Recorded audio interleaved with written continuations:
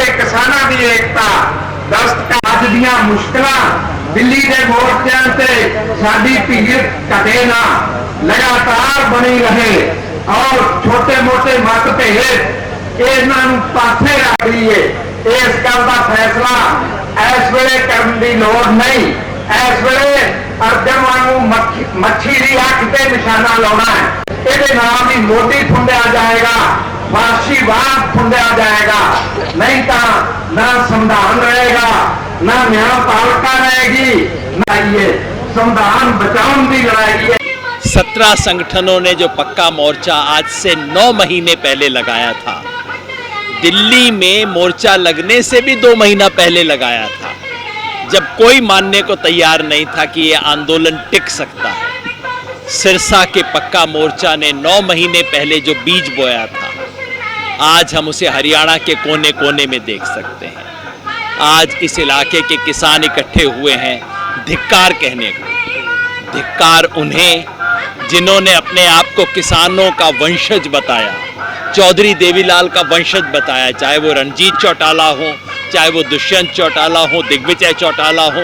धिक्कार है उन पे जो अपने आप को किसानों का वंशज बताते हैं और किसानों के साथ धोखा करते हैं। धिक्कार उस हरियाणा सरकार पे जो अपने आप को किसान हितैषी बताती है, दिन रात नए आंकड़े जारी करती है, लेकिन किसान को दिए हुए हर वादे पे झूठा साबित होती है, चाहे वो हिसार की घटना हो, चाहे और कोई घटना हो। और धिक्कार उन सब नेताओं पे जिन्होंने किसान और कुर्सी में से कुर्सी को चुना। आज जनता आके कह रही है, किसान कह रहे हैं कि तुमने कुर्सी को चुन लिया, ठीक है, अब हम तुम्हारा हिसाब करेंगे। शुरुआत इस धिक्कार से की है और इस मामले को आगे लेके जाएंगे। हिसार में आज से 9 महीना पहले जो बीज लगा, उससे 3 फल पहले ही आ चुके हैं। पहला, किसानों ने अपना खोया हुआ आत्मसम्मान हासिल किया। दूसरा, किसानों को अपनी ताकत का एहसास हुआ है, नेताओं को पता लगा है कि किसानों से पंगा लेना भारी पड़ेगा। और तीसरा, किसानों को एकता हासिल हुई है। 3 कानून खत्म होंगे, होके रहेंगे, संघर्ष हमारा जारी है और इस देश के प्रधानमंत्री का इलाज करने की कोशिश है। आज किसान आंदोलन और उसकी सफलता के बीच में सिर्फ और सिर्फ प्रधानमंत्री का व्यक्तिगत अहंकार है। उस अहंकार की अब इलाज करना पड़ेगा। 7 महीनों से किसान छोटी छोटी डोज दे रहे हैं। बंगाल में जाके हमने एक इंजेक्शन भी लगाया था, लेकिन लगता है अब जरा डोज बढ़ानी पड़ेगी, इंजेक्शन जरा मोटे करने पड़ेंगे। इसका इलाज तो होगा, और इलाज सिर्फ मोदी जी का नहीं, इस कुर्सी का इलाज होगा, ताकि आगे से इस कुर्सी में जो कोई भी बैठे वो इस अहंकार की बीमारी से मुक्त हो जाए। व्यक्ति के अहंकार की वजह से ये वापस नहीं हुए। Do you think that he as a man is empowered enough to take back the not as a prime minister? सवाल मोदी की पावर का नहीं है, सवाल उसके सारे सहयोगियों की बेचारगी का है। इस कैबिनेट में कोई मंत्री तो है नहीं। एक ही इंदिरा गांधी के जमाने में भी कहते थे एक ही मंत्री था। इस कैबिनेट में भी सिर्फ एक ही मंत्री है और वही फैसला ले रहा है, बाकी किसी की कोई हैसियत नहीं है।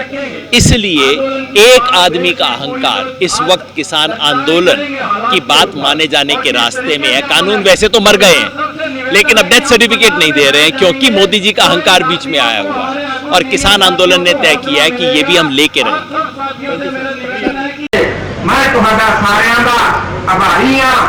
तुहाडा जिहड़े पिंडां तो आए हो, वख-वख संगठनां दे, मेरे हरियाणा किसान सभा दे साथ जाएगा, और जो भी सदा दिल्ली के मोर्चों तो हेठां तक आउंदा है, इस लड़ाई नूं इहो समझ लईए कि अगले 2-3 साल जे असीं इहनूं लगातार भी लड़ना, उस तो बाद ये देश होर होवेगा, इत्थों दे आम आदमी की तकदीर होर होवेगी। इन्हां शब्दों के नाल ही तुहाडा धन्नवाद। बाहर खड़े हैं पंडाल से और जो पीछे खड़े हैं, उन सारे साथियों से हाथ जोड़ के विनती है कि पंडाल में आके बैठ जाएं। हमारे बीच में संयुक्त मोर्चा, हम उन्हीं को सुनने के लिए आए हैं। तो हम आप सब लोगों से अपील करते हैं, जो पीछे लंदन में साथी, जितने भी साथी बाहर है, सारों से हाथ जोड़ के मेरी विनती है कि वो पंडाल में आके बैठ जाए सारे साथी। अभी संयुक्त मोर्चे के जितने भी लीडर आए हैं,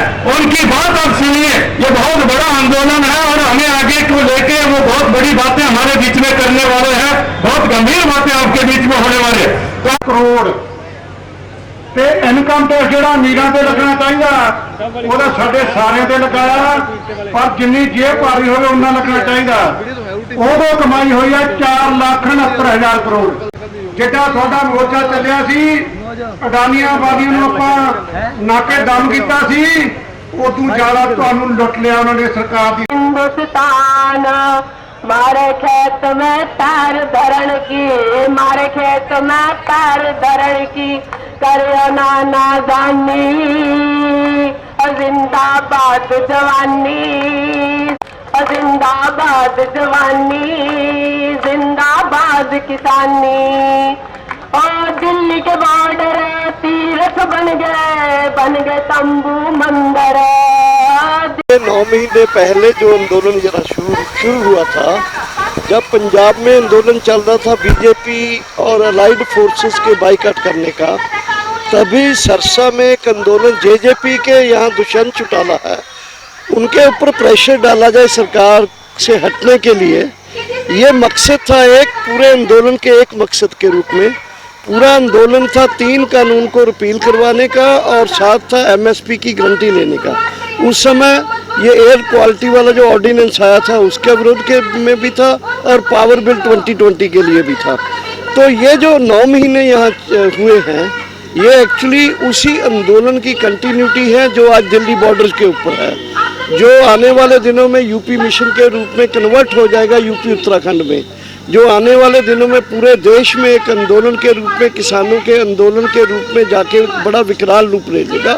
और साथ ही साथ देश के दूसरे जो लोग हैं उनको साथ लेके ये आंदोलन पूरे देश व्यापी जनता का आंदोलन बनेगा, जो जनता के केवल किसानों के 3 कानून और साथ साथ एमएसपी के मुद्दे के साथ साथ जो दूसरे देश के लोगों के मुद्दे, खास करके मोदी सरकार ने जो लोगों का गला दबा रखा है, जो सेंट्रलाइज्ड सिस्टम बनाना चाहते हैं, जो इन कानूनों में भी इन्होंने स्टेट लिस्ट से निकालकर जो खेतीबाड़ी के कानून बनाए हैं जो स्टेट लिस्ट में नहीं है कॉन्स्टिट्यूशन में, इसलिए ये आंदोलन जो है वो सरसे में भी है, वो दिल्ली के बॉर्डर्स के ऊपर भी है।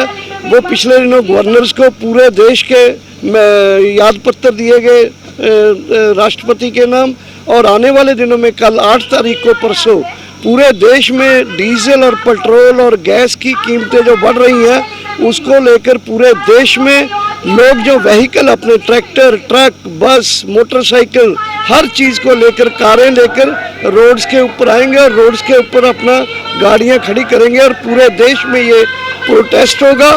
और 22 तारीख से हम पार्लियामेंट की तरफ जो लगातार मार्च करने का प्लान किए हैं, उसमें हर संगठन से 5-6 लोग जाएंगे, 200 के करीब लोग डेली जाया करेंगे जब तक ये पार्लियामेंट सेशन रहेगा।